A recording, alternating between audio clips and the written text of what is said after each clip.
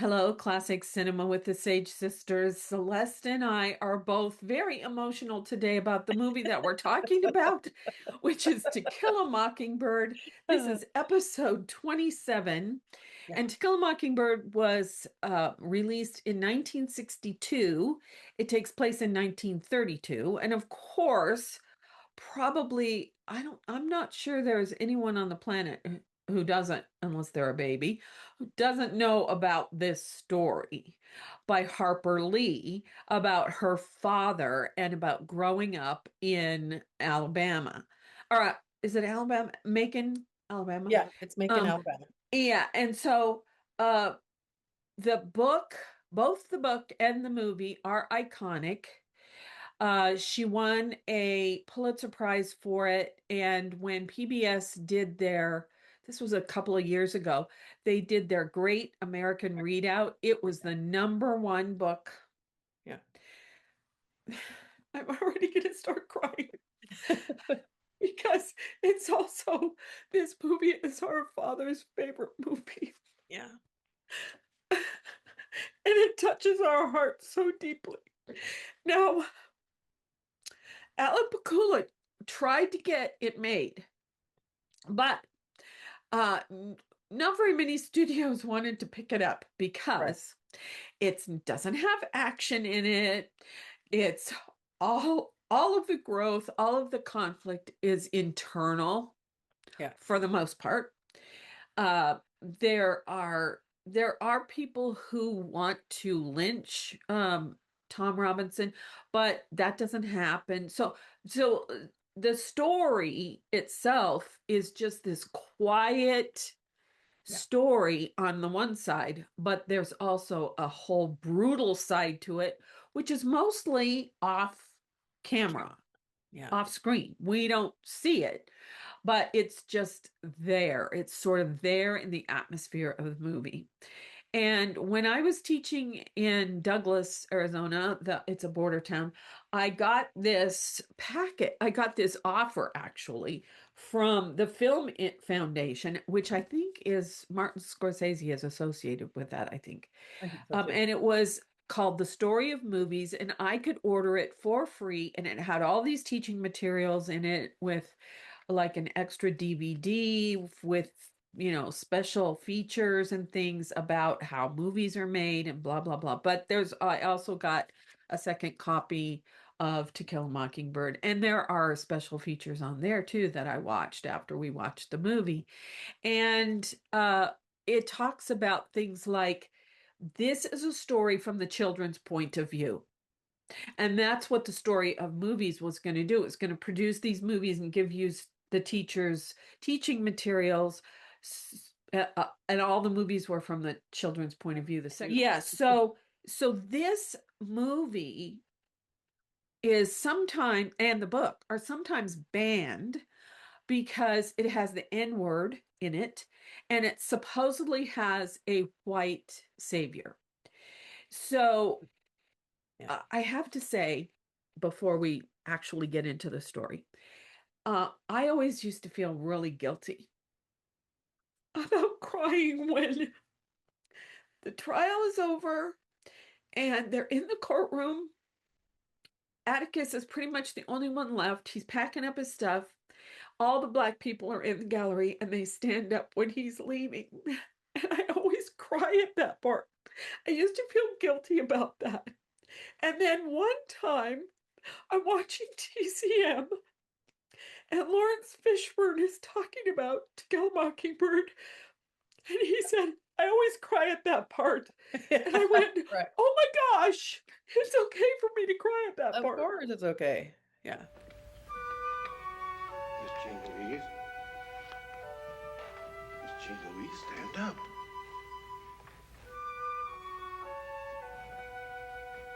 Your father's passed.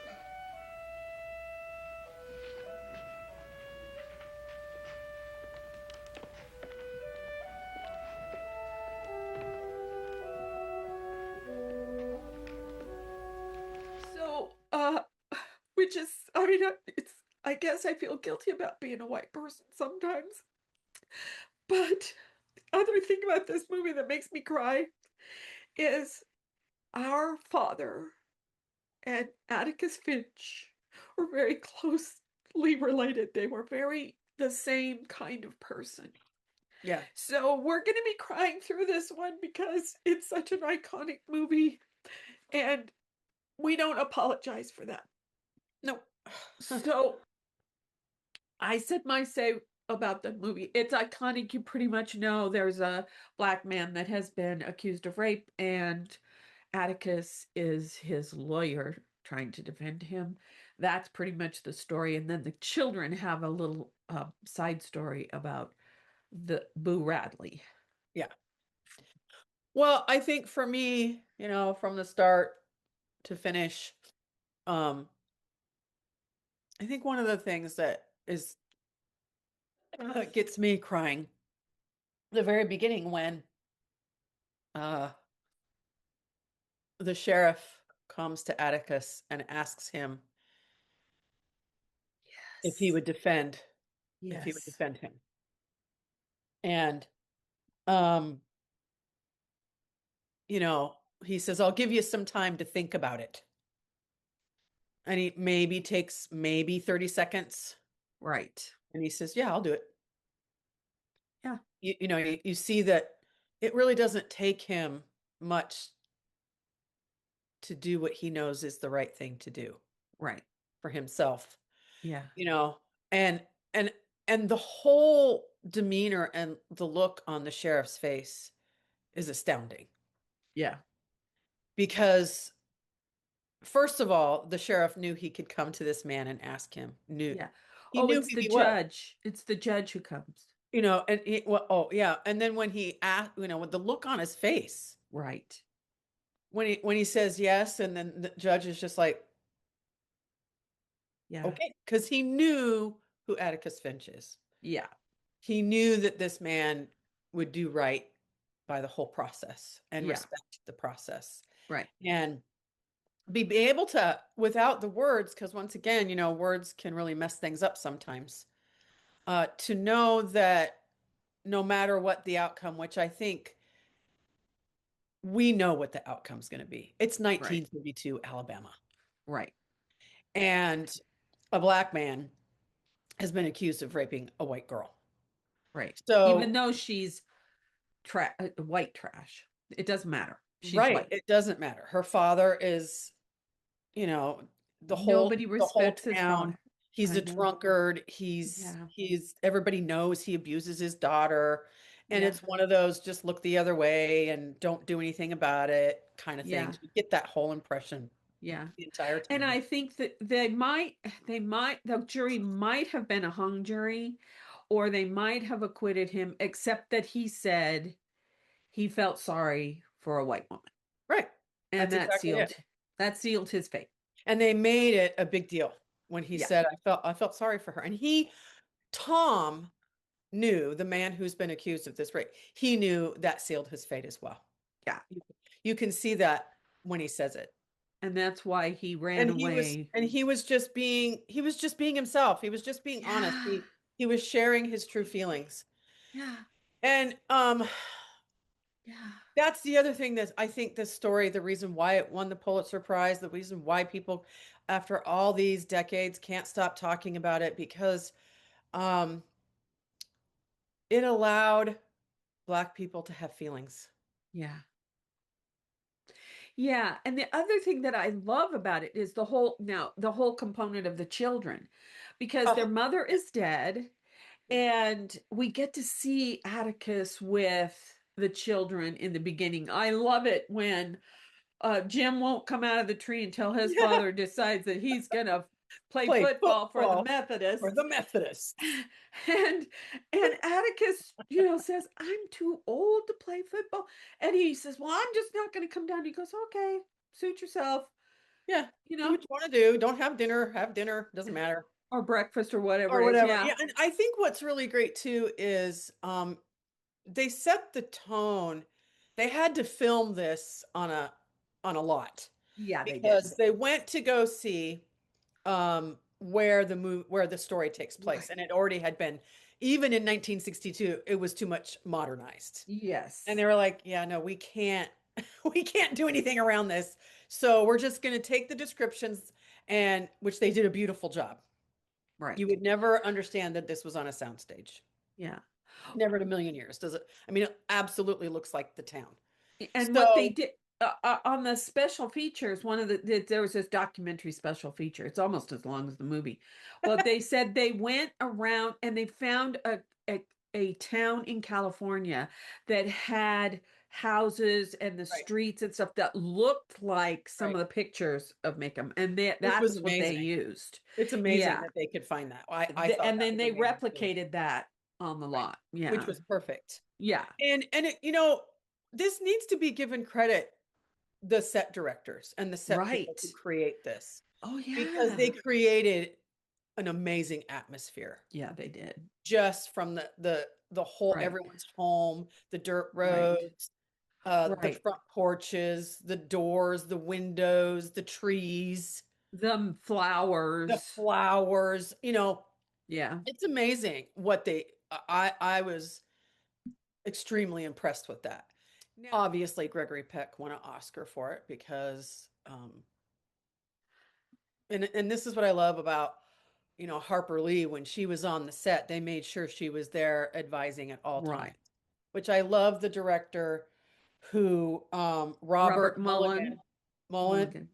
which is Mulligan, I important. think. Yeah, Yeah. Mulligan, which is important to also state. He was the director of one of our other films we talked about, which is Love with the Proper Stranger. Right. So he has directed some pretty profound films. Right. And he understands storytelling, obviously. And Right. I love that they chose him to do this, because Yeah. um, this came first, and then right after was Love with the Love Proper. with the Proper Stranger. Yeah. And this is in 1962, Love with the Proper Stranger, 63. So, you know, I think that Robert Mulligan absolutely took a lot of tender, loving care. I believe that, when Gregory Peck was asked, he said, immediately started reading the book and said yes to it. Yeah. And I love in the trivia when Harper Lee says when he first came on the set, she said she just began to cry because that was her father. Right. He saw his mannerisms, Yes. everything he was doing. And then for the rest of their lives, until Gregory Peck's death, they remained good friends. Yeah. And he Now, remained good friends with the girl that played Scout as well. yes, he did. Now, the thing about the children is, I never really thought about it until this time I was watching. Jem insists on going with him whenever he has Oh to yeah. go talk to Helen Robinson. Right. And I think it's because he wants to protect his father. Yeah, I think he wants to protect him, but I also think what I love, not only does he want to protect his father, and at first Atticus both times says no. No. Right. And Jem, in several occasions in the story, refuses his father's orders. Right. Yeah. Um, it shows the emotional maturity of Jem as well, because I also think not only does he want to protect his father, and his father wants to protect him, but I also think Atticus also understands how important it is to bear witness, Yes. And to he bear wants witness to. of these things. Right. I think he's interested, Jim is interested in everything his father does, and he's watching and Right. paying attention to his father and the Right. decisions he makes and people he talks to. And yeah, I love that too. And then Scout has a different kind of relationship with him. Of course, she's Right. really young. And I love the way they include this. I can't remember if it's this way in the book, but in the beginning when he's saying goodnight, well, Scout is reading and then he's saying goodnight to her. Yeah. And th- he he and she have this really tender little conversation, and then when he says goodnight to both the kids, he goes out and sits on the porch swing, and she's asking Jim, how old was I when mom died? Two. You know, how old were you? 6. Yeah. As Yeah. old as I am now? Yeah. Was she pretty? I mean, she's trying to, connect with Trying her to make a mother. connection to her mother, right? Yeah, because Well, she doesn't get anything that belongs to Atticus. The things that she's going to inherit belonged to her her mother. And mother. that conversation is, before that, she says, so because Atticus looks at his watch and we don't have a lot, but this is what we have. Right. And so you're right. That's her asking Jem, and then I love one of the things that she says, the last thing is, did I love her? Yeah. And Jem's like, yes, you did. And she goes, Yeah. okay, Yeah. Did you she know, love me? Yes, she yeah, did. and I Yeah. think that's the sweetest thing because the only female Yeah. figure they have right now is Calpurnia. She's Yeah. the cook and she scolds those children. Yeah. She lets them know when they're doing right and wrong, and she Right. teaches them manners Right. when they have company because there's this one young boy who's extremely poor who gets invited into their home to eat, and he's just amazed at this meal that he's being presented on his plate, Right.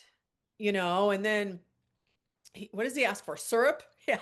Uh, yeah, I think it is syrup. Yeah, it's Yeah. it's maple syrup, and Calpurnia brings it to him, and he starts to pour it all over his food, and Scout, what the Sam Hill are you doing? I And know. Calpurnia is the one that takes her out of the room and goes, "You have company, He's and your guest. he is your guest, and your guest gets to do what they want without you saying one." And Scout's kind of like, and the thing that I think is so great is Calpurnia is a black woman. Yeah. And it is never put into question whether or not they should listen to her or not. Right. She scolds those children, they listen to her. Well, and that was one of the really interesting things because on that documentary that I watched, both the guy that Philip, I think is his name, and whoever played Scout, what is her name? Her name Her is name Mary is Badham. Mary Badham. Mary Yeah. Badham. They both said things about that. And Mary Badham said, I had those kinds of women in my life. And Oh, yeah, I right. did listen to them, and they did care for me, and they did teach me really good things. Yeah. So that was very interesting to Yeah, me. that is. That's very And she was interesting. an adult, then Oh, when yeah. she's talking on this documentary. And the, the other funny thing is that I'd never noticed this before, but she was mouthing the words of everybody that she's in a Oh, scene yeah, with. right. Right. And what it said in the trivia was she had learned all the lines in the movie in her scenes so that she would know when it was time for her to It was talk. time for her to speak up. Yes. But Right. she's only 6 years old or something, and so she's mouthing the words. Right. And Right. the kid that Philip, the kid that plays Jem, was really annoyed by Well, that. they apparently did not get along.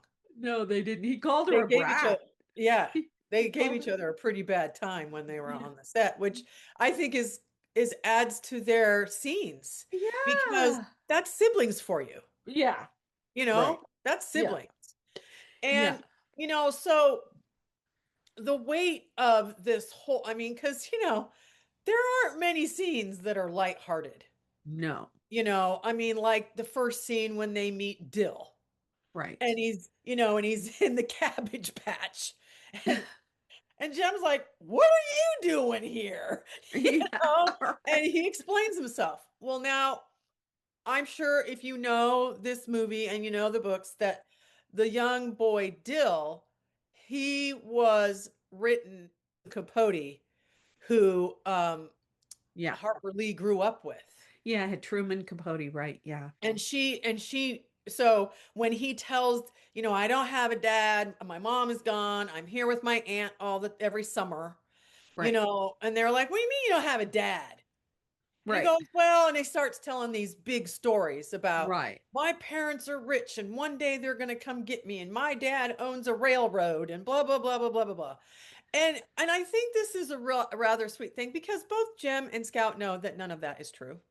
Right. you know, but they just let him tell his stories They and don't. they hang out. The three of Yeah. them become bonded with each other Right. and they're become very good friends. And they kind of bond over I don't know if kids do this nowadays, but I think they still kind of did it when I was a kid.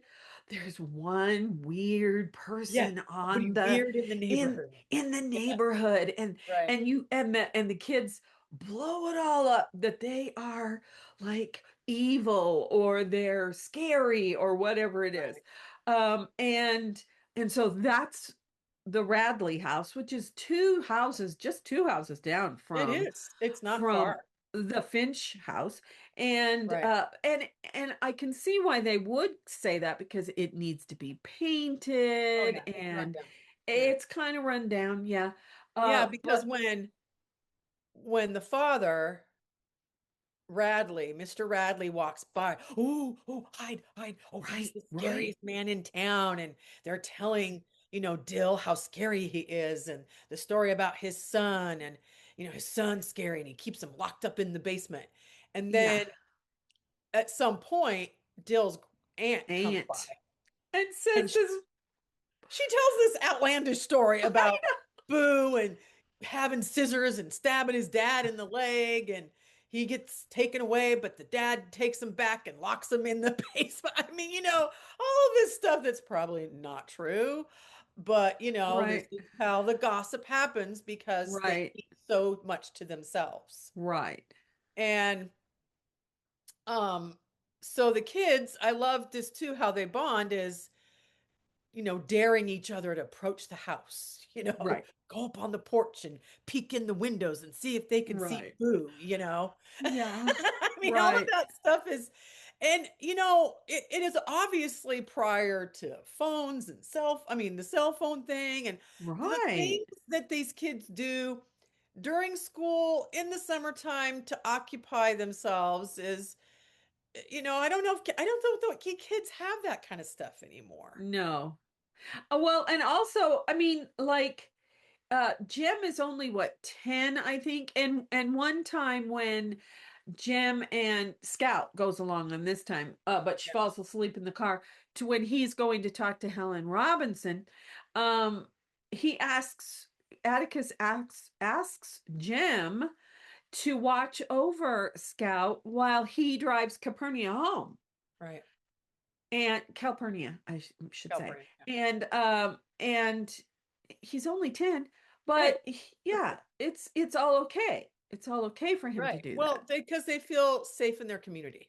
Yeah, I mean, right. he's Yeah. got neighbors all over the place Right. that could watch out And for the them and too. Maudie, who lives across this way, Right. she's another kind of female influence. And I Yeah. never noticed this before.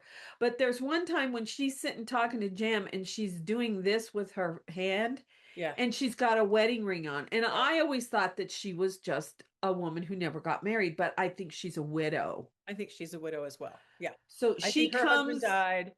Atticus's yeah, wife has died. And yeah, he on occasion leans on her, asks right, her to, watch out for the kids or whatever. And right, it's almost like you get that feeling, and we don't know if we have this too much anymore either, where your neighbors will watch out for you yeah, and your children. right. Yeah. So I think she watches the kids when Calpurnia can't and Atticus is away. Well, and you can Yeah. tell they trust her, like you said. She is a really strong female character for them as well, because, Yeah. I mean, and I love it when um the sheriff comes to Atticus and says, "Okay, they brought Tom into town now Yeah.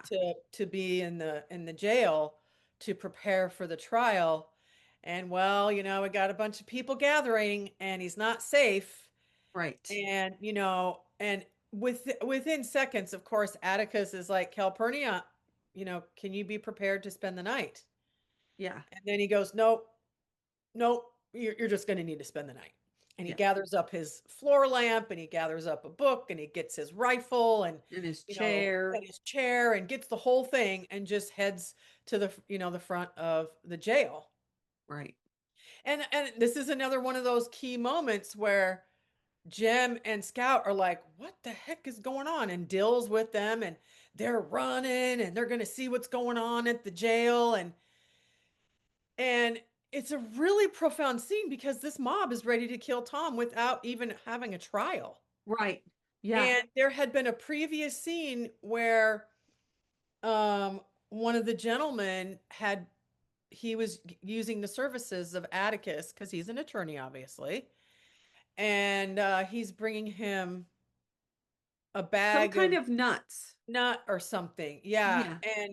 And Scout's like, well, hello, Mr. P. She's come on over to the house. And he's And I'll all get feeling, Atticus. I'll get Atticus so he can say thank you, you know.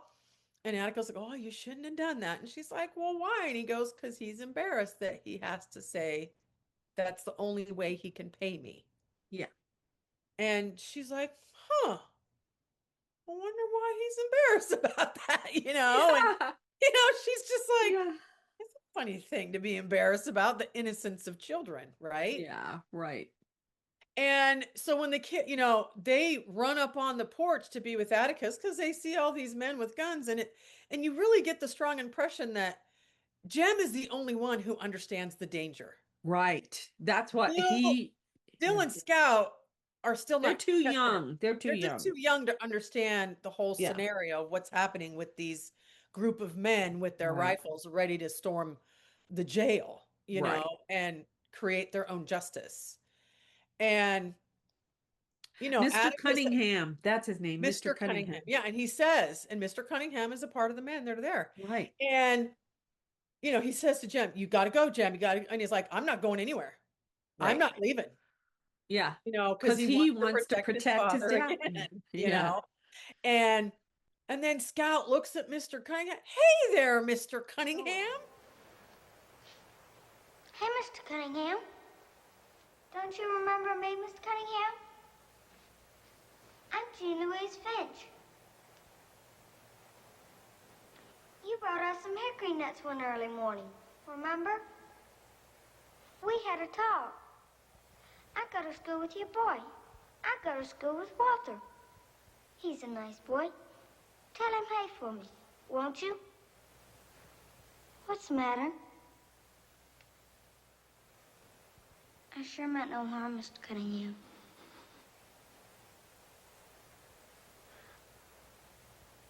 No harm taken, young lady. I'll tell Walter you said hey. Let's clear out of here. And the whole mood of all the men drastically changes. Yeah. Because in her innocence, she shows them who they are and what they're about to do. Right. Yeah. And you can see Atticus's face is just like, what did she just do? Got saved by the children. He just brought that all down. Boom, boom, Right. And, the kids are like, okay, we can go home now. Yeah. Jem's like, okay, you're safe. Everybody's gone. It's all good. And that's, once again, you see the mood of the community of white people. Yeah. And their automatic judgment of, obviously they have no idea what really happened. But because of this black man, it had to be bad. Well, and I think they suspect what really happened. I think the town knows too, to be honest. I agree with you on that. Oh yeah, because the woman who played Mayella Ewell, yeah. I was getting her name mixed up. She was in that documentary too, and I'm so stupid. I never really thought of this, but she said women like Mayella just knew they were going to get molested or raped by their fathers, their uncles, their cousins, their neighbors. It was just going to happen. Yeah, it was a way. And so so of course she has to defend her father because he'll just beat her and whatever, worse. Well, it would be worse than what it was. Right. And what really ensues, you get from the testimonies, is all Tom was doing was going to be there to help her. And that offended this white man. Yes. Well, and the other thing is it's proven that he couldn't have beat her because the hand automatically, Atticus, because the doctor gave the testimony talking about how she was wounded, where all the wound, and it had to be done by a left-handed person. Right. Well, Atticus gives the pencil and says, can you read and write to the father? And he's like, yeah, so what? And he goes and he gives him a pencil, gives him a pad, and says, can you please write? It's all left-handed. Right. And he goes, what do you think you're trying to prove? Right. Whatever, and the courtroom. This is the other thing that I think is really important. All the extras do an amazing part Oh, yeah. too, They do. because the camera angles are perfect. Yeah. Because when that is happening, you can see the jury Yeah. sitting over there to his right, actually, and you can Uh-huh. see all those men going, Right. And the judge even says, and "You're even, left-handed." yeah, you're left-handed. And he's like, so, you Oh, know, he's such a terrible. he's a terrible person. And then, he's dismissed. And then, you know, Atticus is able to prove and show that Tom can't even use or lift up his left arm. It Right. got injured. Right. And he's never for years been able to use it. Right. So, that right there sets the tone of a bit of revenge type thing from Right. the white man's attorney. Right. You Well, can see. and also no, I don't think many people like Tom Yule. And Right. he and this was another thing. Gregory Peck in that documentary said, the first time I met him, I knew he was Tom Yule, and I was a little bit afraid of him. Yeah. And it Oh, even said wow. in the trivia that, man, that Wow. guy played him He to the did. hilt. Yeah. And there's Yeah. a couple of times when he confronts Atticus, Oh, yeah. and uh, and I love this Well, too. The and the time two when he's times, this is an important note. The two times he confronts him is on Tom's property. Well, no, there's the first time is in the courthouse, right after the indictment. Oh, yeah, right after the indictment. Oh my But God. that's when he gets That's right. that's when Oh he my God. knows that Atticus is actually going to defend Tom Yep. Robinson. He's pretty mad. So, Well, because that this man knows everybody knows. oh yeah, right. I don't think Mr. Yule's name is not Tom. No, no, Tom Robinson Robbins. is an amazing actor, Brock Peters. Oh yes, he is. He And is. yeah, he's Brock He, Peters is wow. Yeah, and Gregory Peck said when he started to cry, when Brock Peters started to cry when he was being examined, Cross-examined. he said, Yeah. I looked at him, I saw he was starting to cry. I started to tear up. I knew that wasn't going to work. I couldn't look at him. I had to look past him because Yeah. I had to maintain my character. Well, and the thing that I think is interesting too that the trivia I learned from Turner Classic is Brock Peters' character Tom was not supposed to be crying in that scene. Right. No, no, no. I He's know. not supposed to be crying at all. But when Brock Peters, the man playing Tom, begins to cry, the director Robert Mulligan knew that had to be the way it was. Yes. He Now, knew that was a total game changer for the scene. yes. Yes. And there was another really interesting thing about the whole trial thing that was in the trivia. The At the end, when they give the verdict, it's customary for the judge to thank the jury for their Oh, service. oh yeah, right. That's an important He one too. doesn't. He just Well, dismisses them. and he dismisses them. And I think the other thing that's a really interesting actor's choice is he slams the door as he's leaving the courtroom. Yes. Yes. He's So, almost speechless. He's so angry. yeah, and it's so this is the interesting thing is not all white people in the town Right, are against the black people. right, But the stratus, this ladder right, of right. who's on top, who's on the bottom, it's so hard to break. It is hard to break. And what I think is so great is you could almost get the energy of the jury not even. I mean, they were out over 2 hours. Yes. All the black people up there were waiting. The courtroom Right. is emptied except for all the black people up in the Yeah. gallery. And And Jim says and it. Jim says, "How long they been out, Reverend?" And he says, "Oh, I think about 2 hours." He goes, "Well, do you think that's a good sign?" Yeah. and the Reverend's kind of like, "Well, I don't know, because I think they even know what it's going to be. But what I think too is that why this movie is Best Picture and everything, because once again, all the side characters, all the extras in the courtroom, when that verdict of guilty comes through, not one person could hardly utter a sound. Yeah, they just sat there. They just sat there in silence. Well, and that's the And some thing. people, the look on their faces is like, Yeah. what? Yeah. Like, how could it be?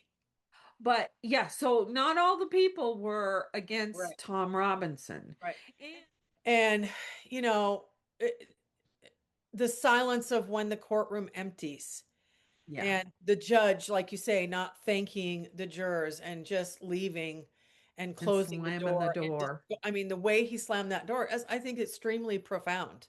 Yeah. All of those seemingly unnoticed things that I noticed Yeah. matter.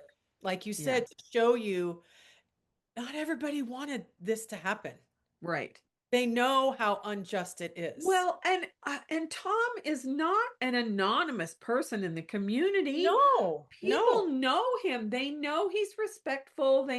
Which is, I mean, sometimes when they say he was a respectful black man or Negro, and I'm like, Negro, yeah. I want to Ugh, right, choke, but it's true. He was kind. He was right. generous. He was He was a respectful. helper. Everybody knew he was a helper and he Yes. could be trusted. He could be Yes. trusted with things. Yeah. And when you this is a really, I mean, this is why she won the Pulitzer Prize, because her art of contrast, Yes.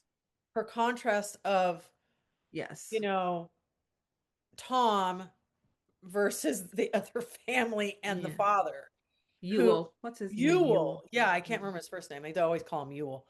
Um, I mean, it just is, it's so amazing how Yeah. completely disrespectful one man is, how one man is just Yes. this horrible, horrible. I mean, there's a scene where he spits in Atticus's face after the Yeah. trial and after Tom has been killed Right. by a circumstance that I still to this day go, wow, Yeah. it wasn't even out of malice Right. that he dies.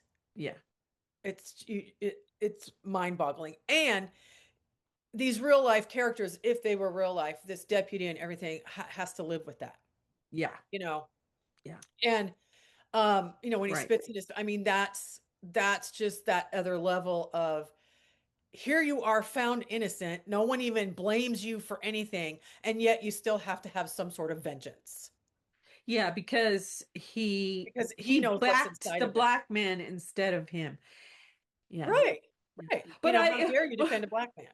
and another thing when I was watching that documentary is Gregory Peck said he got a bunch of mail over that one scene. And he said, or somebody, kids wrote to him about that one scene, and he was like, "Oh, what's it gonna be?" And What are they gonna he say? opens up one of them, and the kid said, "I was so proud of Atticus when he didn't do anything. He just wiped his face and got in his Got car in the and car. drove Right, away." right. Yeah, because it's in the Well, book. It's not really. In the movie, it's really played up that whole spitting in his face thing. In right. the book, it isn't. It's just some people gossiping about, oh, Yeah, he got Mr. spit. Yule came along and spit in his face, and he Right. just wiped his face and went back to his office. But I think showing the scene the way they did was a Yeah, great pictorial, the writing of it, the acting of right. it. And Tom's family, there's a few still left on the porch after he had to go in and tell Tom's wife that he had been killed. Yeah, And the remaining people that are still on the porch watching that whole thing yeah.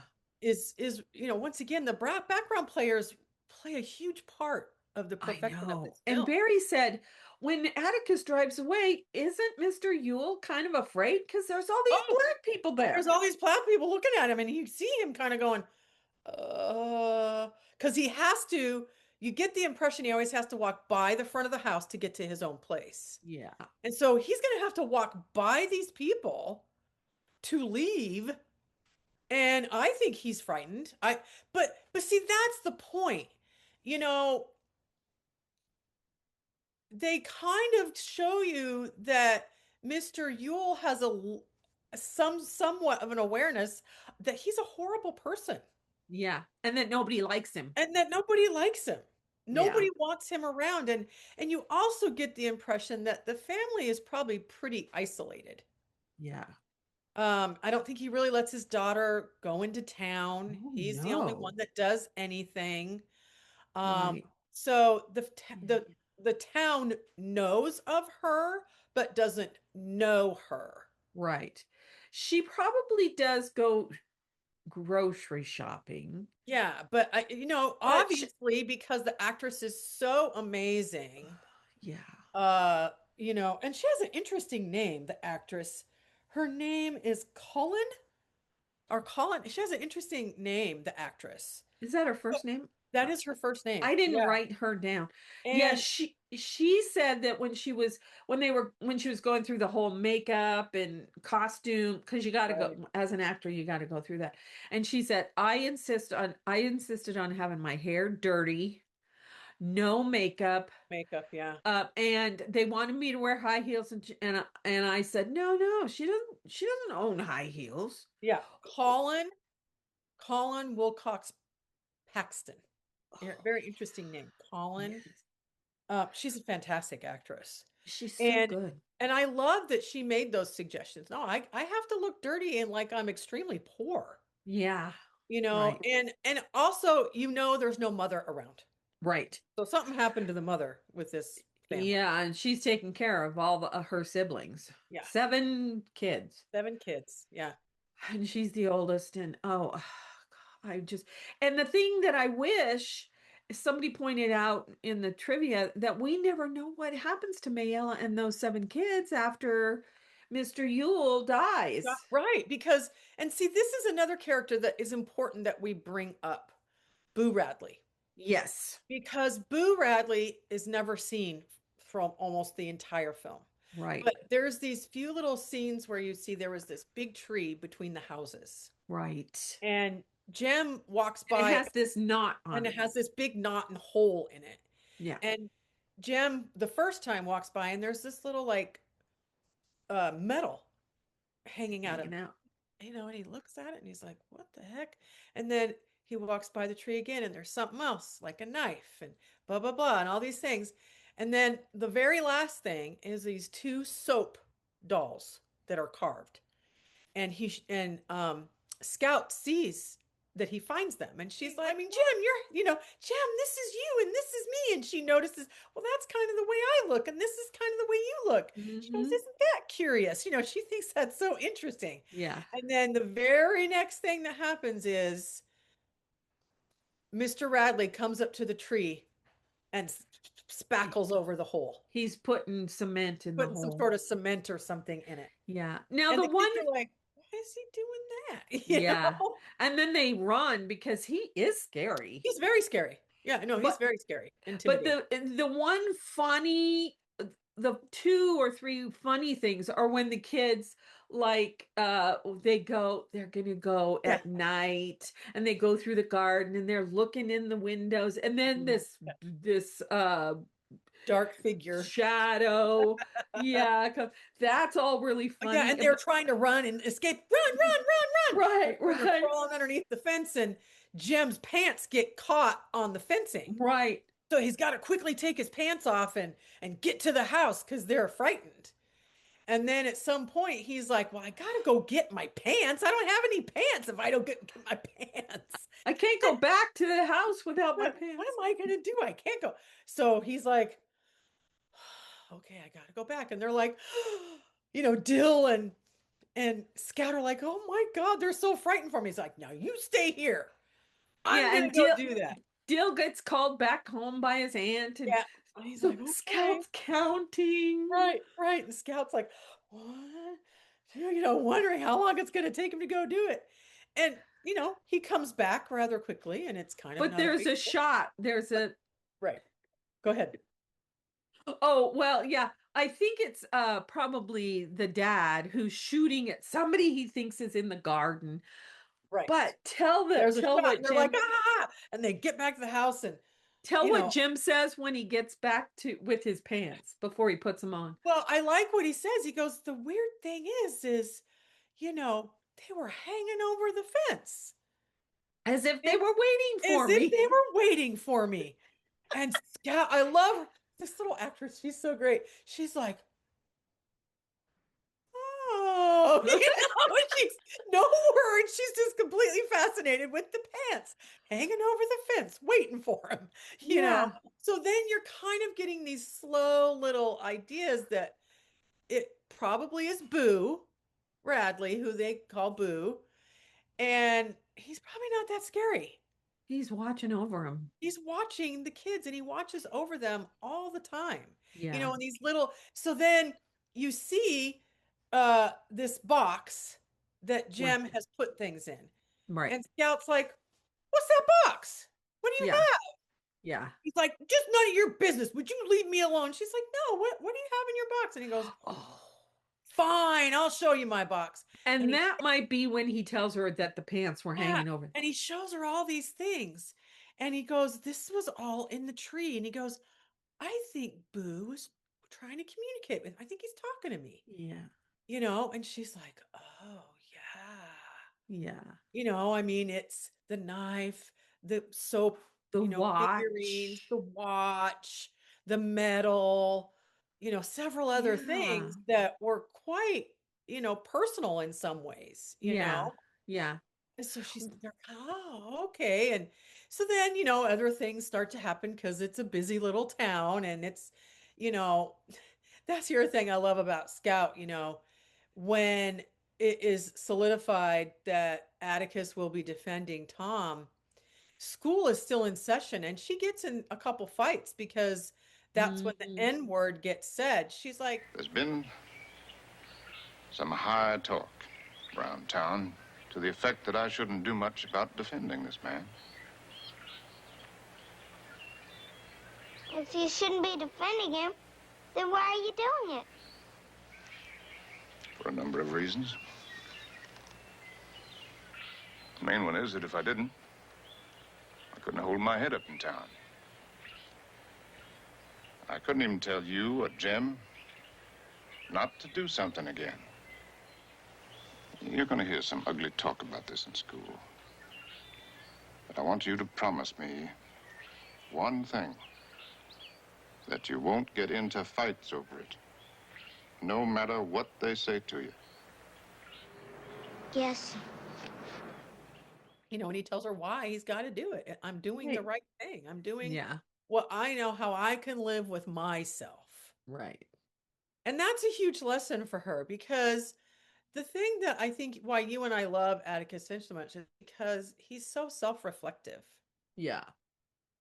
and he doesn't talk down to his children. No. Not And for 1 minute does he say anything that is rude or unkind to his kids. or he doesn't try to sugarcoat things. Right, he doesn't. And I think that's important in life lessons Mm-hmm. that, you have to see the harshness of life because Yeah. that teaches you something. Yeah, and And he it's even says important that to how Jim. and how he shows them how he responds Right. without words.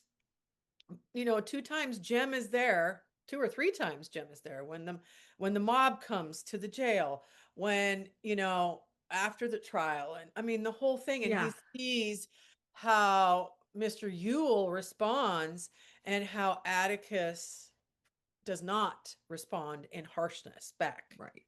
Right. That's important for Jem to see that in his Yeah. father. And there's Right. another kind of fun scene too, but sad at the same time, where the kids are getting ready to go out and play. It's summertime and that rabid dog. Oh, right. Oh, Huh. yeah. I And was going to say one thing. Can I say one thing oh about yeah, what you please were do. just talking Please do. before we talk about the rabbit dog?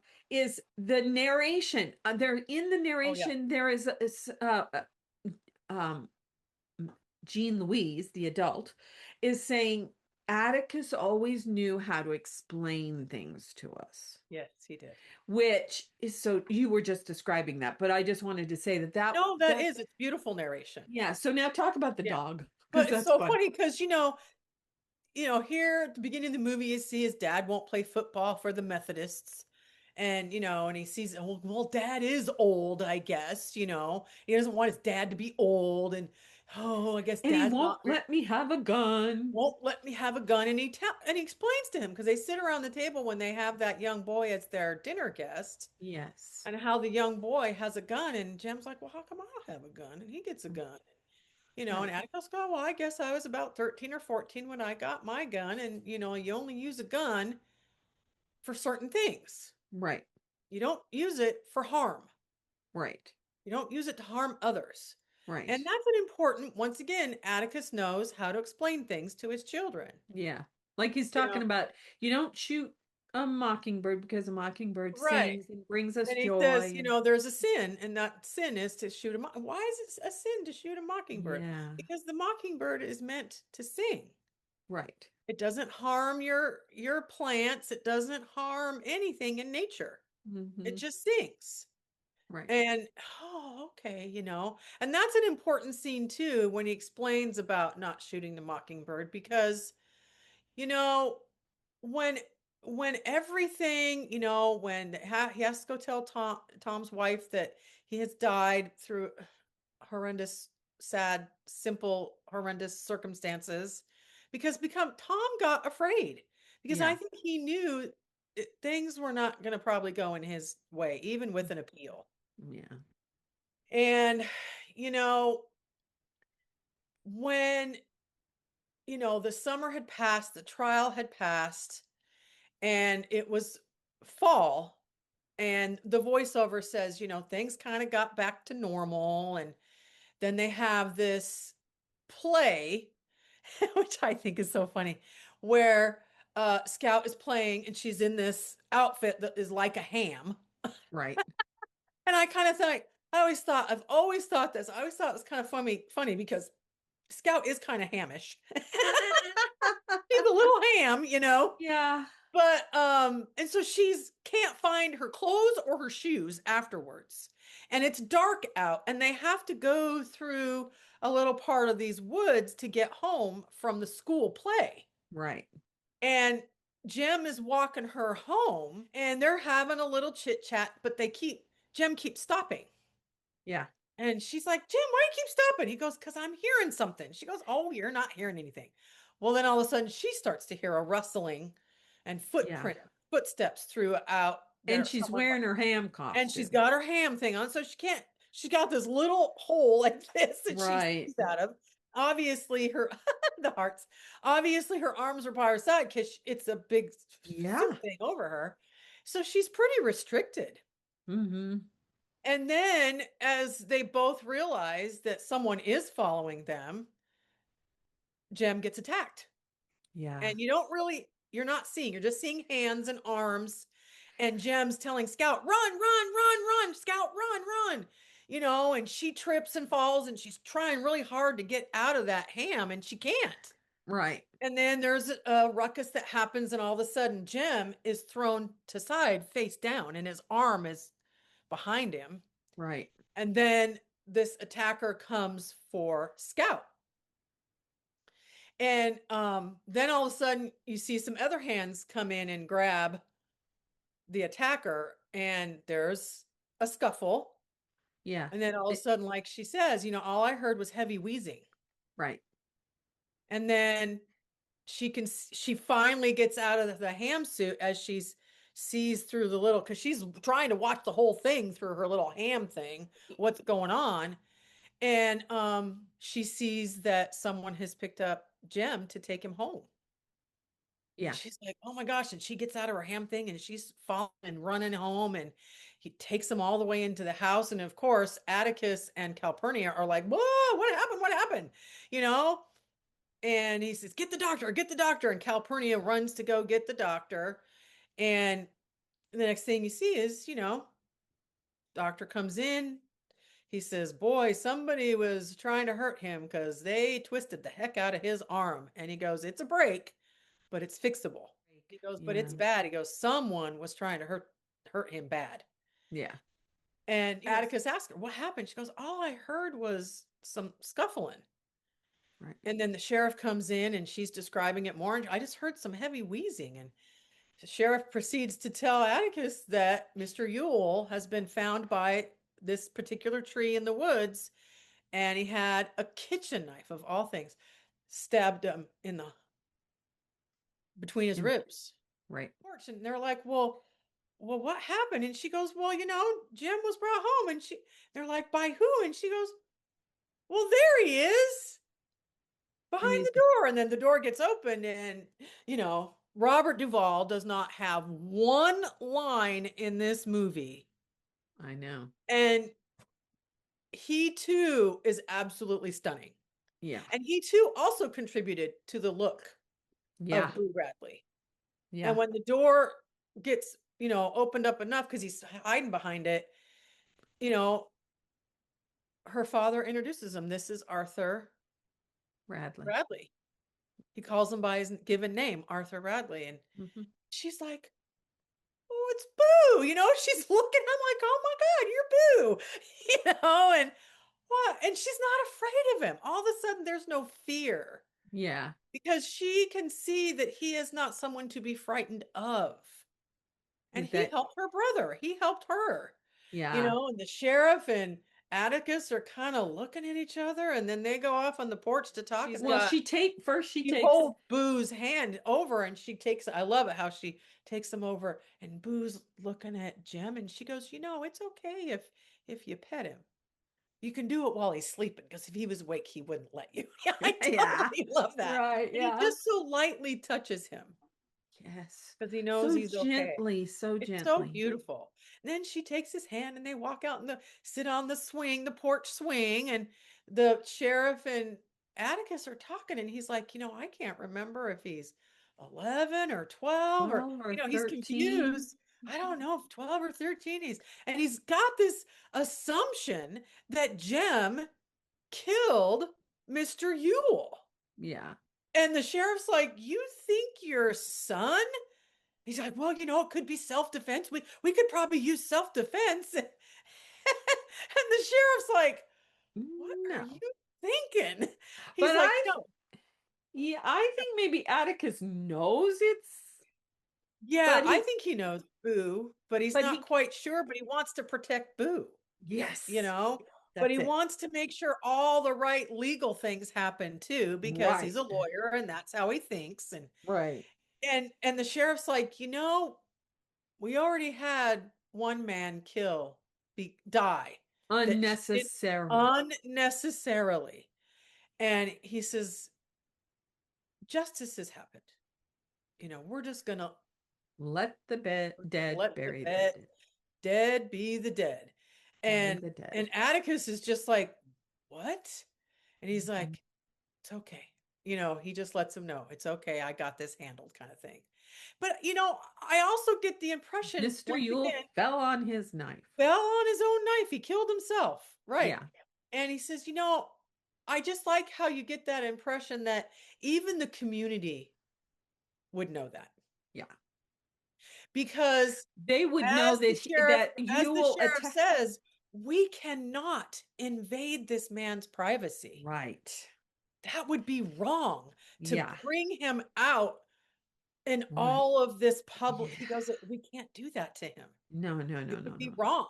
Yeah. And Atticus is like, that would be wrong. And, it's just this part makes me cry too. And the sheriff goes away because he knows that it's all going to be resolved. And she's just sitting there with Boo and they're rocking and she's just looking at him. Like she just appreciates him. She totally appreciates who he is. And she sees, and Atticus comes over to her and they hug and she's looking at Boo. She goes, I think it would be, Atticus, I think it would be like, the Mockingbird. That would be wrong. And he's like the Mockingbird. I just totally love that. That this little girl gets it.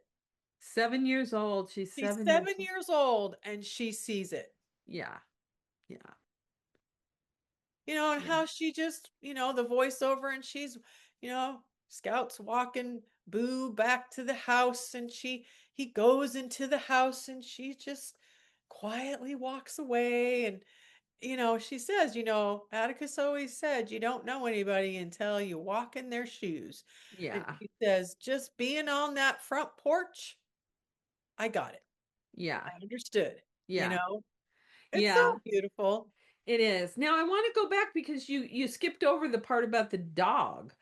That Oh, yeah, the Atticus is dog. the one Yeah. who shoots the dog, Yeah, the because rabid because dog. Calpurnia calls Atticus. She goes, "Hey, we got a wild dog here. Something's not A right." rabid dog. The Yeah. rabid dog, and Sheriff and Atticus pull up in the car, and they're like, "Oh yeah, that dog's not safe." And the sheriff gets the rifle, and he goes, Atticus, you better take care of this. And he's like, "I haven't shot in years." And he goes, "No, you can do it." And he gets it in one shot, and he keeps telling the kids, "Don't you go near that dog." And Jim's He's like, Jim's just like, "What?" And he's looking around, and the sheriff goes, "Jim, don't you know your dad's the best shot in the county?" "I do now."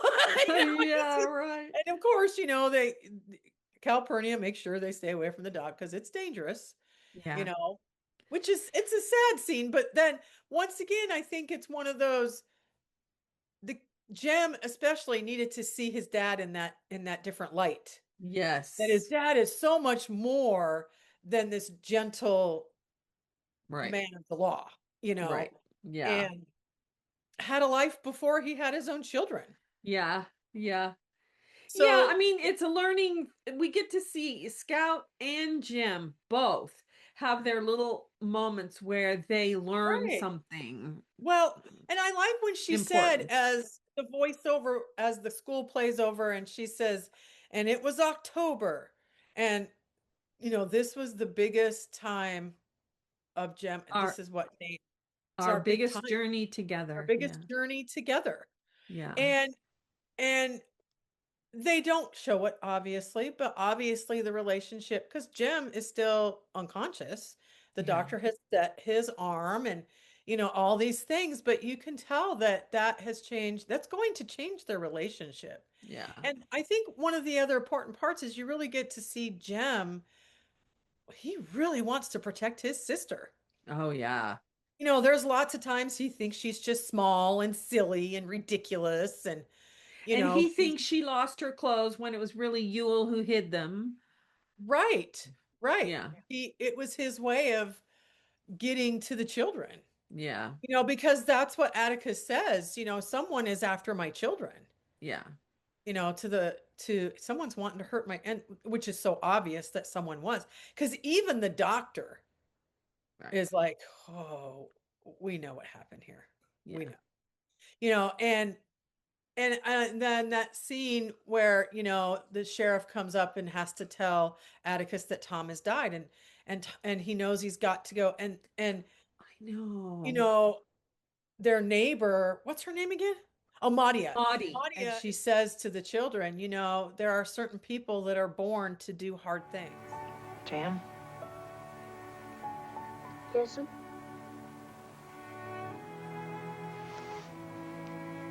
I don't know if it'll help, but I want to say this to you.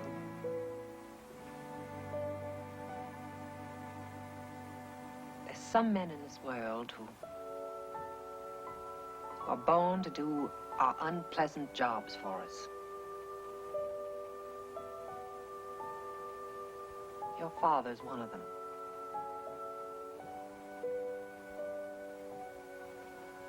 Oh, well. And that's your father. Yeah. And they're like, "Oh, Yeah. oh yeah." And then of course Jem goes with him. And that whole scene is just, I mean, I think, I really honor people that, when films get nominated for certain awards or prizes or whatever, because, I think that would be a hard thing to do, especially, how do you pick a best of something? I know. I don't even know how that's a thing, because you and I love films so much, and there are a lot of films that I love have never been nominated for anything. I know. Yeah. And but this film you get it. Yeah. Especially at the time that it came out during the civil rights movement. Right. It's Now, yeah, it not only won Oscars, but it's on multiple AFI lists. right. It's in that huge book that's about this thick, 1001 movies you should see before you die. It's in Right. that book. It was also nominated for the National Film Registry in 1995, so it was actually accepted then. Yeah. And yeah, so it's on multiple lists of Right. top movies, Right. even ones I haven't even mentioned. I mean, all these decades later. Yeah, I don't know if it's on the Criterion Collection, but I wouldn't be surprised if it is. Yeah. Isn't. Well, I mean, it's the thing that's so it's amazing to me is how it still stands out as, Mm-hmm. when, and by the way, my son's middle name is Atticus because of this Right. film and the book. And when we watched it together as a family some time ago, um, Shane was like, I, I I know so many of the things took place off screen. And he goes, but it's hard. This is a hard film Yeah. emotionally. Yeah. Is it he goes for several days afterwards, he was like, I think it kind of broke me a little bit. Yeah. He's like, duh. So that's why I say it's gentle, but it's also brutal. Right. It's gently told, but brutal. Emotionally, Right. because one Right. of the things I wanted to say Right. about the whole community is the white people know, they probably know that Tom Robinson didn't do this, but if they don't toe the supporting the whites, Right. something's going to happen to them. Right. Everybody's protecting themselves. And that's why it makes it timeless too, because we still have people doing that. Yeah. They're going to go along with something. But we're heading in a very different direction, I think, because of our history and learning from it and observing it and getting the lessons. Yeah. You know, I'm always amazed by people that have the courage to step out and say no. I know. So Atticus was really although he might be one of the only really lawyers in town that would accept nuts or collard greens or something for payment. Oh, probably. Yeah, that's probably a good point. I Yeah. think people knew he was honorable, Yeah. but still people like Yule they wanted revenge on him. Yeah. They would want revenge on him. Yeah. Well, and that's why he was intent to either kill or harm them. Yeah. A The message. children. So he Yeah. could send a message. Yeah. Right. How dare you defend a black man? And it could, Right. because really, honestly, in that courtroom, everybody knows what the truth is. And Yeah. that makes Mr. Yule mad too. Yeah. Because Yeah. he knows everybody knows. Yeah. And it all started with, what hand do you write with? Right. It all started with that. Well, actually, it started when his daughter made a pass. Oh, her testimony. Yeah. Where she was screaming, he did this and he did that. And then Tom comes and testifies and said, she kissed me. And she said, I've never kissed a man before. And, Yeah. that whole thing, that whole story being told, everyone knew in the courtroom what it was. Yeah. And Mr. Yule was humiliated by that because his daughter kissed a black man. Right. Yeah. And that made him mad because he was obviously the one who has been harming her. Right. And he didn't like the fact that she wanted a black man over him. Right. I'm sure that's the huge part of it too. Yeah. And that humiliated him. Yeah. It was humiliating. Yeah. So, oh dear. So, if you haven't seen this movie, you've got to go. It doesn't matter whether it's black and white. You got to go see it. Right. And read the book too. Please Because for some reason I didn't have to read the book in high school, and I read it only maybe 6 years ago. Right, it was right around the time the second book came out, which a lot of people didn't like because supposedly Atticus joins the KKK, and I'm sure people reacted like Jean Louise did, and they panicked and they were angry, and they threw the book around across the room and didn't finish reading it. But in the book, her uncle, who's not in the first book, uh, had to slap her upside the head. She was going off the rails, and he said, "You know, your father cannot stand deception. He joined the KKK so that he could see the faces behind the masks." He needed to see the faces behind the mask. And that's the one thing that I was telling the kids about, and I'd forgotten that whole line, the faces behind the mask. Because what is that line? Keep your enemies close. Mhm, mhm. And he needed to know who his community was. Yeah, right. Yep. You know? Anyway, so thank you for watching this, and thank you for letting us be emotional about it, because Yeah, sometimes that's the way movies affect us right. and anybody, not just us. And our next movie is going to be it's a kind of romantic movie. Yeah. It's Random Harvest, and takes place during right after World War One, but it's a very profound movie for lots of reasons, which we will talk about when we see you next time. Yeah. And it stars Greer Garson and Ronald Colman. And They're breathtaking. it's so beautiful. And it's based on a book that I also read. Yep, you did. Yeah, so it's really great. That's a great movie. So thank you for watching. Thank you, thank you, Don't thank you. don't forget to like, don't forget to subscribe if you haven't, and don't forget to share it with your friends, and go join us on Facebook. And Bye. we'll see you next time. Bye.